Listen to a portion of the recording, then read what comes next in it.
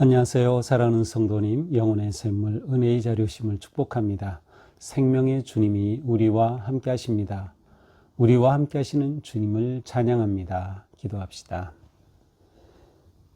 오늘도 저희들에게 복된 하루를 허락하신 주님, 하루하루 살아가는 삶 속에서 많은 위기와 역경과 시련, 질병, 고난을 만나지만 저희들은 말씀으로 새 힘을 얻으며 나아갈 길을 찾으며 또한 하나님의 선한 인도하심을 받게 하여 주시니 감사합니다. 오늘도 주님의 은혜와 사랑 안에서 저희의 삶이 더욱 밝고 아름다운 평화로운 화해와 용서와 기쁨과 축복으로 채워지는 하루가 되게 하여 주시옵소서. 우리에게 주신 생명의 고귀함을 깨달아 이 생명으로 하나님께 기쁨이 되고 많은 사람들에게 유익함을 주는 저희의 삶이 되게 하여 주시옵소서.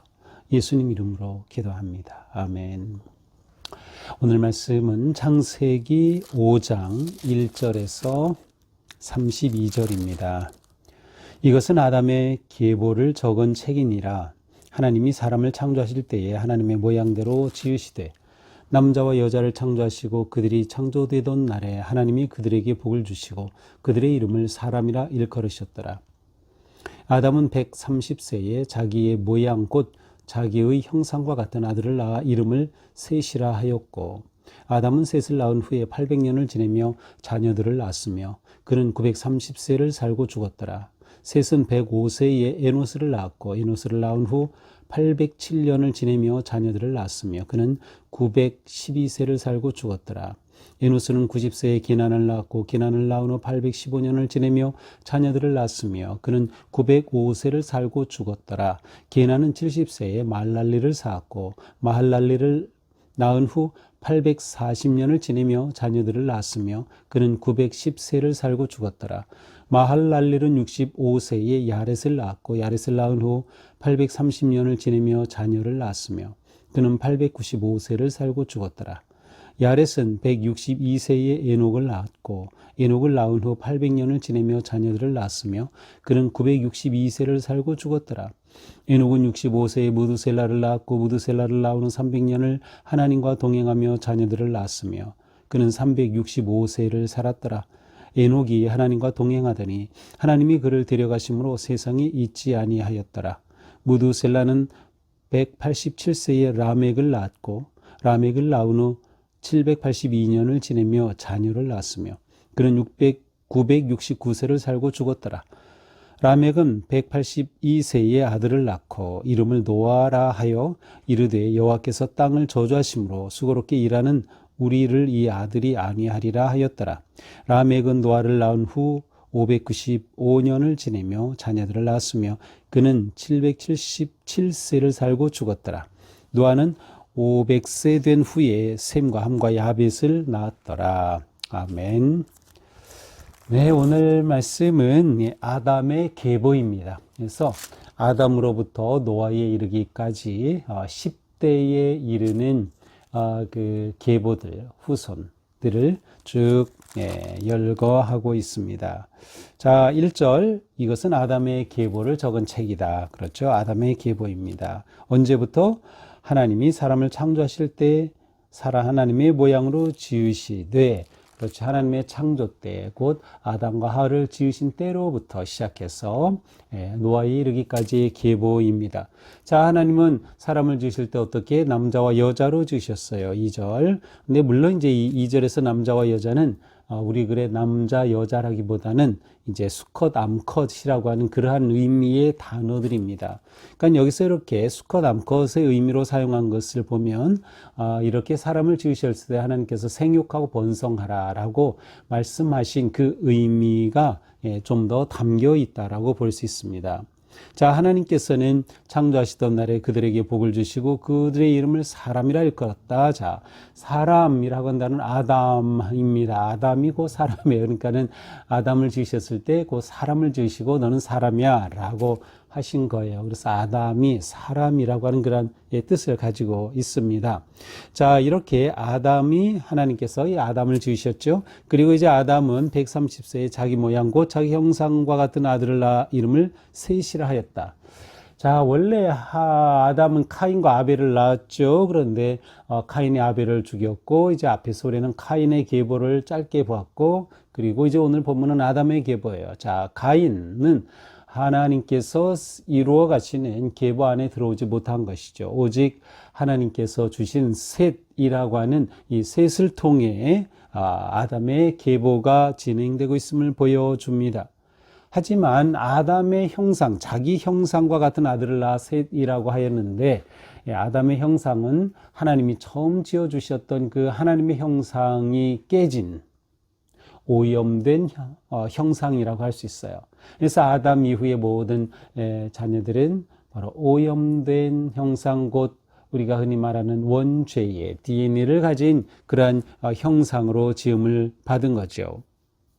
자, 아담이 셋을 낳았을 때 그는 셋을 낳았을 때가 130세에 셋을 낳았고요. 셋을 낳은 후에 800년을 지내며 자녀들을 낳았어요. 그러니까 아담이 낳은 자녀는 셋 외에도 그 후에 더 많이 있었음을 볼 수 있습니다. 자, 그러나 그들의 이름은 기록되지 않았죠. 이것은 무엇을 말해요? 오늘 본문에 기록된 아담의 계보는 많은 사람들의 이름이 다 제거되고 오직 중요한 계보만 이어졌다라는 것을 알 수 있어요. 따라서 여기에 이어진 계속 나오는 이 사람들의 이름이 꼭 큰아들이었는지도 우리는 모릅니다. 또 여기서 빠진 사람들이 얼마든지 많이 있을 수 있고요. 하지만 우리는 아담의 계보에 등장한 이들을 차례대로 보게 됩니다. 자, 아담은 이제 셋을 낳았죠. 셋은 105세에 에노스를 낳았습니다. 자, 몇 세에 아담은 죽었더라. 그 다음에 그 아들 셋이 105세에 에노스를 낳았더라. 자, 셋은 912세를 살고 죽었더라. 또 그의 아들 에노스가 90세에 게난을 낳았다. 자, 누가 낳았다. 그는 죽었고 그의 아들 누가 몇 세에 누구를 낳았다. 그리고 그는 또 죽었다. 몇 세에 누구를 낳았다. 이렇게 똑같은 형식으로 계속 이어지고 있어요. 노아까지. 노아는 10대 자손입니다. 자, 이렇게 계속 이어지고 있죠. 이 나이를 보면 참 엄청나죠. 게나는 905세를 살았다. 마할랄렐은 895세를 살았다. 쭉 내려가다가 18절에 가서 보니까 야렛이 162세에 에녹을 낳았다. 에녹을 낳은 후 800년을 지내며 살았고 962세를 살고 죽었다. 자, 그런데 에녹에 대한 설명이 특별합니다. 21절 에녹은 65세에 무두셀라를 낳았고 자, 그 후 22절 그 후 300년을 하나님과 동행하며 자녀들을 낳았다. 300년간 하나님과 동행하며 자, 65세에 무두셀라를 낳고 300년을 하나님과 동행하며 자녀를 낳고 그는 365세를 살았더라. 자, 그런데 에녹에게 빠진 것이 있어요. 무엇이에요? 죽었다는 표현이 없어요. 그 대신에 24절에 보니까 에녹이 하나님과 동행하더니 하나님이 그를 데려가심으로 세상에 있지 아니하였더라. 자, 이렇게 해서 에녹이라고 하는 사람은 하나님께서 그를 데려가셨다. 데려가셨다는 것을 죽은 것으로 표현할 수도 있겠지만 우리 성경학자들은 이것을 그렇게 보지 않습니다. 에녹이 하나님이 데려가신 거예요. 이 땅에서 죽음을 맛보지 않고 하나님이 그를 하나님이 있는 곳으로 데려가신 겁니다.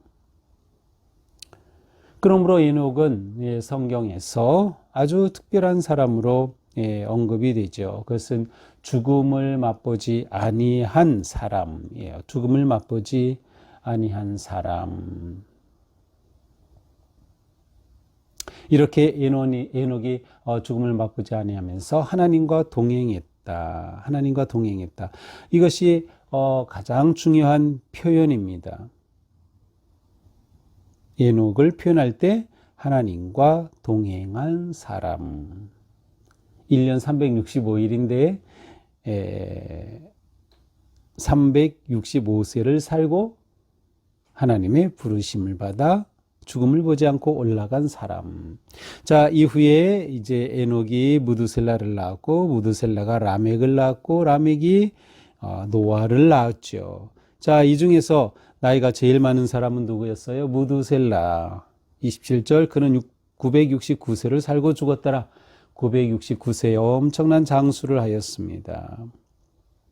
물론 다른 사람들도 아주 많은 나이를 누리고 죽었지요. 라멕은 777세, 뭔가 좀 특별한 의미가 있는 것 같죠? 777세. 자, 그리고 노아는 500세에 셈과 함과 야벳을 낳았다. 아주 늙음하게 낳았어요. 500세에 낳았으니까요. 자, 근데 500세는 1천의 딱 절반이에요. 그러니까 뭔가 어떤 의미가 있을 것 같지만, 그렇게 우리는 추측할 뿐, 우리가 그것을 정확히 이제 알 수는 없습니다. 자, 이거 오늘 본문이에요. 오늘 본문을 보면서 그냥 눈에 특이하게 들어오는 것은 아주 나이가 엄청 많아요. 현대 의학으로 또 현대 경험으로 이것은 불가능한 나이죠. 900세 이상, 800세 이상 산다는 것. 100세 시대라고 요즘 많이 말하는데 100세는 어디 명함도 못 내밀 그러한 것이죠. 그래서 도대체 이게 어떻게 이것을 해석해야 되냐. 그래서 어떤 학자들은 여기 나타난 그 나이를 한 달을 1년으로 계산해서 한 나이다. 그렇게 해서 예를 들어서 365라고 하면은 365개월인 셈이에요. 그런 식으로 계산하는데 꼭 그렇게 해서 이게 이해가 되지는 않아요. 여러 가지 시도도 했어요. 500에 몇을 더하고 어떤 방법으로 하면 이렇게 나올 수 있다. 그러나 모두에게 적용되는 방식도 아니에요. 그래서 결국 우리는 그냥 나온 그대로 몇 세 그대로 그냥 받아들이는 것이 최선이라고 생각을 합니다. 물론 숨겨진 어떤 방식이 있었다면 우리 앞으로 그것이 찾아낼 수 있겠지만 그러나 현재로서 우리는 문자적으로 그대로 믿을 수밖에 없어요. 단지 우리가 이렇게 연령이 가능할까라는 것은 하나님이 처음 창조하셨을 때 그 환경은 사람이 살기에 최적의 환경이었어요. 최적의 환경. 그렇다고 하면 몸에 암세포도 생기지 않는 환경이고 공해도 전혀 없고 사람의 최적의 환경이었기 때문에 이런 환경 속에서 그렇게 오래 살 수도 있지 않았을까라고 생각해 볼 수도 있어요. 실제로 이제 오늘 노아로 이야기가 끝나는데 내일 본문에서는 이제 그 유명한 노아의 홍수와 족보 이야기들이 이제 나오게 됩니다. 그래서 이 노아의 이야기가 나온 이후부터는 놀랍게도 나이가 확 줄어요. 그래서 이제 내일 본문은 사람들이 죄악에 빠지고 노아의 족보가 있고 그리고 노아의 가족이 7장에 가서는 이제 홍수를 통하여서 노아 가족 8가족만 낳고 모두 다 이제 목숨을 잃는 멸절되는 그런 심판이 있죠. 그 심판 이후에 사람의 연령은 아주 확 줄어서 나오는 것을 볼 수 있습니다. 자, 오늘 말씀을 보면서 오늘 말씀 속에는 반복되는 표현은 하나 있죠. 낳았다, 죽었다. 낳았다, 죽었다. 계속 반복되고 있어요. 여러분은 낳았다가 초점인가요? 죽었다가 초점인가요? 아마 둘 다라고 보는 것이 좋겠죠. 결국 하나님께서 정령 죽으리라 라고 했던 것처럼 사람은 영생할 수 없는 존재가 되었어요. 그리고 영생할 수 있는 그 길, 생명나무로 올라가는 길은 하나님이 막으셔서 접근 불가. 결국 인생은 이렇게 죽는 인생이다. 하지만 죽음 이전에 삶이 있는 거죠. 그 삶이 죽음의 가치를 결정하는 거예요. 이게 너무나도 중요한 거죠. 어떤 삶을 사느냐 아주 중요합니다. 특별히 어떤 삶을 사느냐라고 할 때 에녹에 집중해 보게 됩니다. 왜? 에녹은 그가 하나님과 함께하며 하나님의 들림을 받았기 때문이에요. 자, 히브리서 11장 5절 6절에 보면 에녹에 관해서 이렇게 기록하고 있어요. 믿음으로 에녹은 죽음을 보지 않고 옮겨졌으니, 죽음을 보지 않고 옮겨졌으니 하나님이 그를 옮기심으로 다시 보이지 아니하였는지라. 그는 옮겨지기 전에 하나님을 기쁘시게 하는 자라는 증거를 받았느니라. 믿음이 없이는 하나님을 기쁘시게 하지 못하나니. 자, 여기서 우리는 히브리서는 에녹을 어떻게 평가합니까? 하나님을 기쁘시게 하였다. 무엇으로 기쁘게 했어요? 믿음으로 하나님을 기쁘시게 하였다라고 말하고 있어요. 그러니까 우리는 어떻게 살아야 할까? 하나님을 기쁘시게 하는 삶을 사는 거예요. 우리 교회의 큰 비전이죠. 하나님을 기쁘시게 하는 삶. 또한 하나님을 기쁘시게 하는 삶은 어떤 삶이에요? 믿음으로 사는 삶. 그런데 오늘 본문에서 보면 하나님을 기쁘시게 하는 삶의 핵심은 뭐예요? 하나님과 동행하는 거예요. 하나님과 동행하는 것. 동행한다는 것은 무엇이에요? 하나님과 함께하는 거죠. 하나님과 무엇을 함께할까요? 시간을 함께하는 것이에요. 하나님과 뜻이 같아야 동행할 수 있어요. 하나님과 친밀해야 동행할 수 있어요. 바로 하나님과의 관계가 결정하는 거예요. 하나님과의 관계. 하나님과 어떤 관계를 맺느냐가 내 인생을 결정하는 거죠. 오늘 우리가 사는 삶 또한 하나님과의 관계 속에서 사는 겁니다. 하나님과의 은혜 속에서. 하나님과 친밀한 관계가 곧 생명입니다. 하나님과의 관계 단절은 곧 죽음이에요. 그러므로 우리는 정말 이 에녹과 같이 하나님과 동행하고 하나님과 친밀한 관계 속에 살아가는 것, 그것이 진짜 우리가 살아야 할 참 모습이다. 그게 진짜 승리의 모습이다라고 하는 것이죠. 그러므로 우리는 이 에녹을 생각하면서 내가 어떻게 하나님과 동행할까? 하나님의 뜻이 무엇일까? 내가 하나님의 뜻에 어떻게 함께할까라고 우리는 생각하며 믿음으로 보아야 할 것입니다. 유다서 1장 14절에도 이러한 말씀이 있어요. 아담의 7대손 에녹이 이 사람들에 대하여도 예언하여 이르되. 자, 여기서는 에녹을 예언자로 또 소개하고 있어요.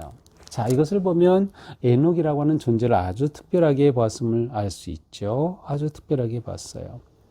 하나님과 함께 할 때 시대를 거슬러 올라갈 수 있는 거예요. 하나님과 보조를 맞출 때 하나님의 뜻을 이 시대 가운데 실현할 수 있는 것이죠.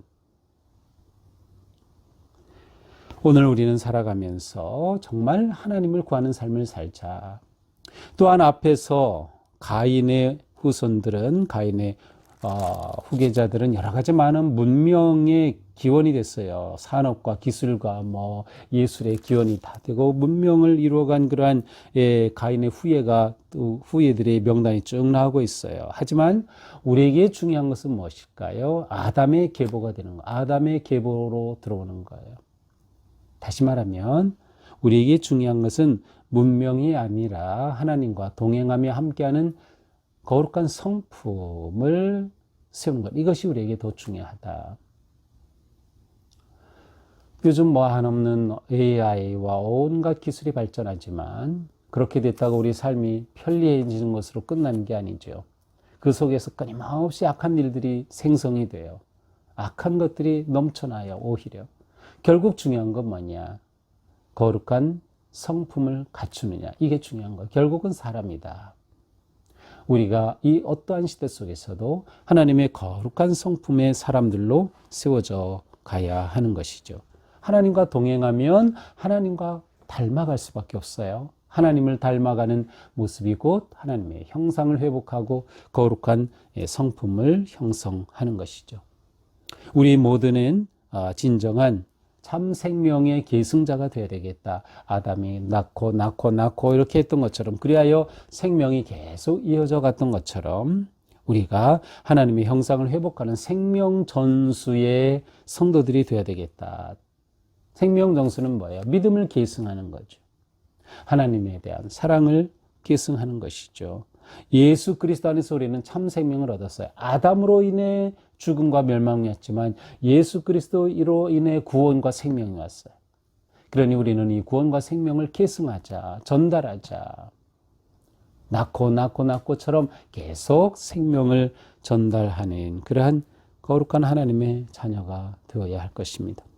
오늘 하루도 하나님의 은혜 안에서 승리하는 복된 하루가 되기를 주님의 이름으로 축복합니다. 기도합시다. 주님, 감사합니다. 아담의 계보를 통하여서 하나님의 생명의 역사가 계속 이어졌던 것처럼, 그리고 그 가운데 에녹과 같은 참으로 훌륭한 한 사람이 있었던 것처럼, 오늘 하루 저희가 살아갈 때 언제나 주님과 동행하게 하시고 주님의 마음과 뜻을 품게 하시고 주님의 사랑과 은혜 안에 거할 수 있도록 저희들을 인도하시고 잡아주시옵소서. 우리의 삶이 생명을 계승하고 믿음을 계승하는 삶 되며 이 세상 속에 참된 위로를 가져오는 그러한 복된 성도들로 승리하는 하루가 되게 하옵소서. 예수님 이름으로 기도합니다. 아멘. 네, 오늘도 주님 은혜로 우리 삶이 의롭고 복된 생명의 길을 걷기를 축복합니다. 사랑합니다.